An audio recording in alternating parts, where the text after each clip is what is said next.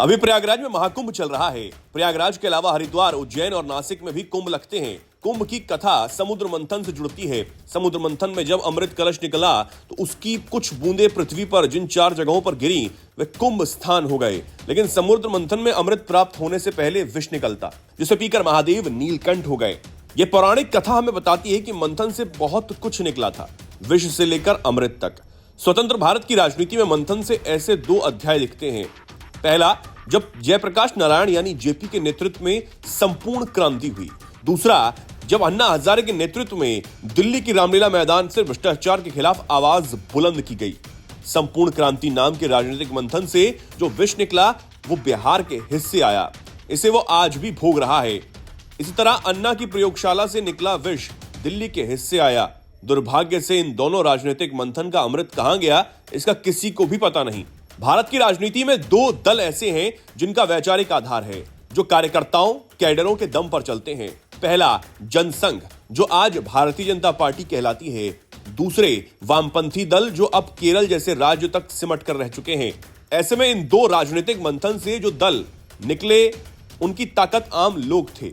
दुर्भाग्य यह भी है कि जनता को सबसे अधिक मायूसी भी इन्हीं दलों और इनके नेताओं ने दी।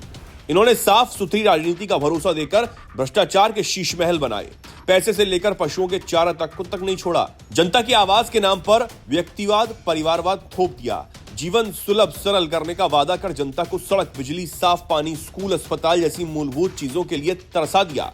विकास की जन आकांक्षाओं को कुचलने के लिए जातिवाद, क्षेत्रवाद, मजहबवाद जैसी आगों को धधकाया। चूंकि राजनीति में कुछ भी स्थायी नहीं, कोई भी अजय नहीं, अर्श से फर्श पर गिरने की गति की गणना ही नहीं की जा सकती।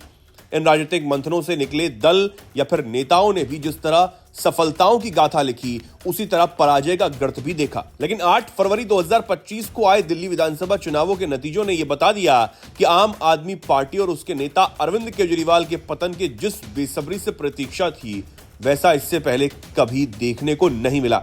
इसका कारण यह है कि केजरीवाल ने आम आदमी का वेश धरकर झूठ और मक्कारी की राजनीति को आगे बढ़ाया, नीचता की नई परिभाषाएं गढ़ी, आम आदमी को धुर समझ कुकर्म किए, जिनमें कुछ सामने आ चुके हैं, बाकी आगे आते रहेंगे।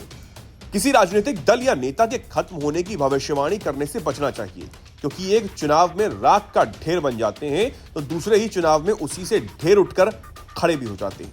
दिल्ली में भले ही आम आदमी पार्टी हार गई हो, पंजाब में अभी भी उसकी सरकार है। दिल्ली में भी उसे 43.57% लोगों ने अब भी वोट दिया। अब भी उसके 22 विधायक चुनकर सदन में पहुंचे हैं। इसलिए आपका फतिहा पड़ना तो जल्दबाजी ही मानी जाएगी।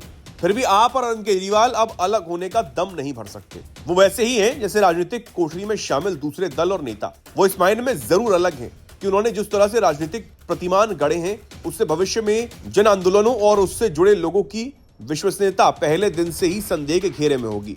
इसके कारण शायद अगले कुछ सालों या दशकों तक हमें ऐसा कोई जन आंदोलन देखने को ना मिले। यही कारण है कि आम आदमी पार्टी और अरविंद केजरीवाल के पतन पर जमीन से लेकर सोशल मीडिया तक में उत्साह नजर आ रहा है। ये केवल राजनीतिक उत्साह नहीं, ये केवल बीजेपी समर्थकों का जोश नहीं, ये हर उस आदमी का प्रश्रित है जिसने आम आदमी पार्टी और केजरीवाल के उदय को साफ सुथरी राजनीति का अभ्युदय समझने का पाप किया था। आम आदमी का ये प्राश्चित अरविंद केजरीवाल को अब ठीक उसी तरह न चैन से सोने देगा, न जागने देगा, जैसे कथित सुशासन के करीब 2 दशक बाद भी बिहार में जंगल राज लालू एंड गैंग को न चैन से सोने देता है, न जागने, भले उन्हें चुनाव में सफलता मिलती रहे।